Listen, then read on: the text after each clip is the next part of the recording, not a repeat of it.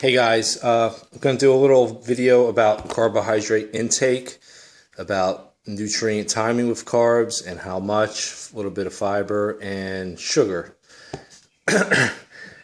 Now, we can make this super complicated or keep it really easy. And I like to go the easy route because complication is really not necessary unless you're really fine-tuning things for a prep and you're more so can only consume a lower amount of carbs, but I will touch upon that. Let's just say, for example, you have someone that's dieting and their consumption is around 200 grams of carbohydrates.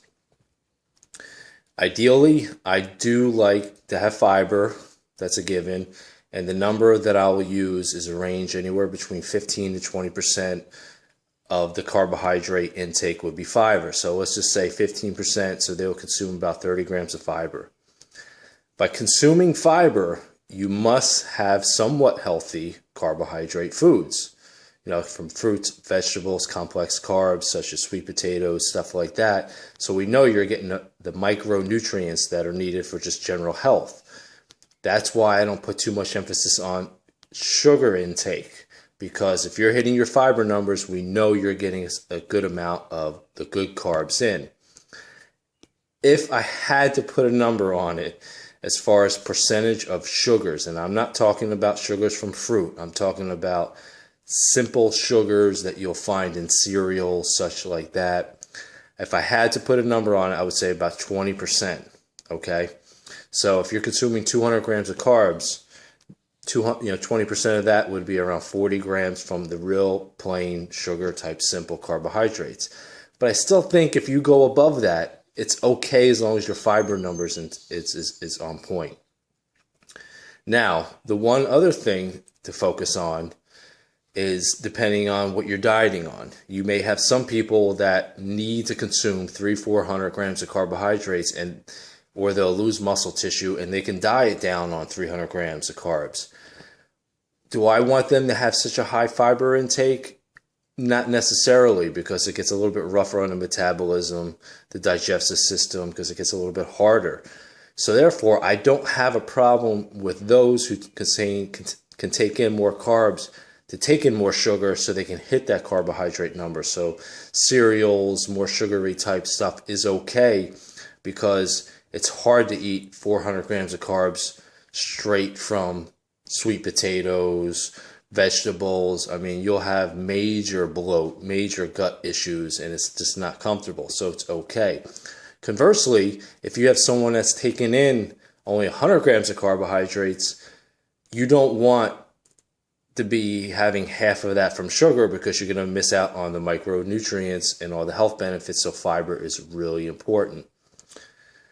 Now, the other question I get, timing of carbohydrates.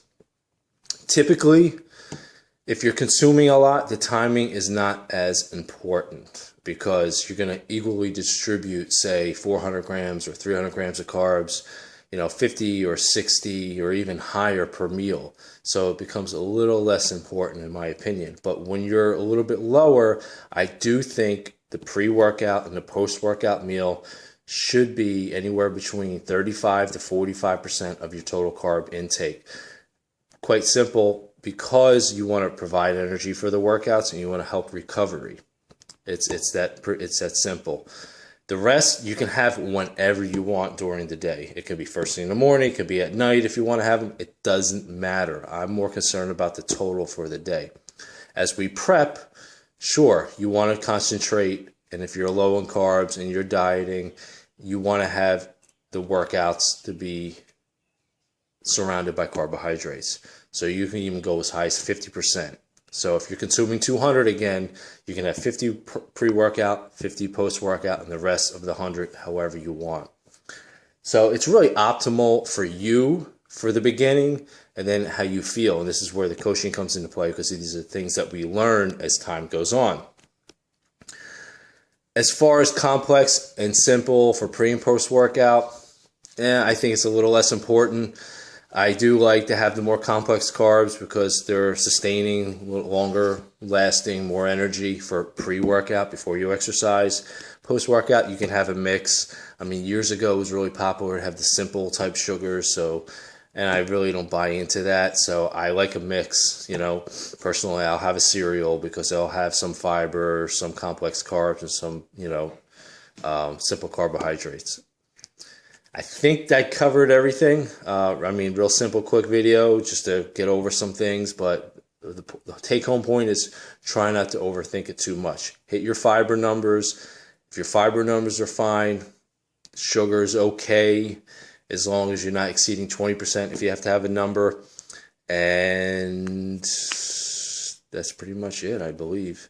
Fruit, like I think I mentioned earlier. I don't count that as a simple sugar because you're getting fiber and all the health benefits from the vitamins that you're getting from it.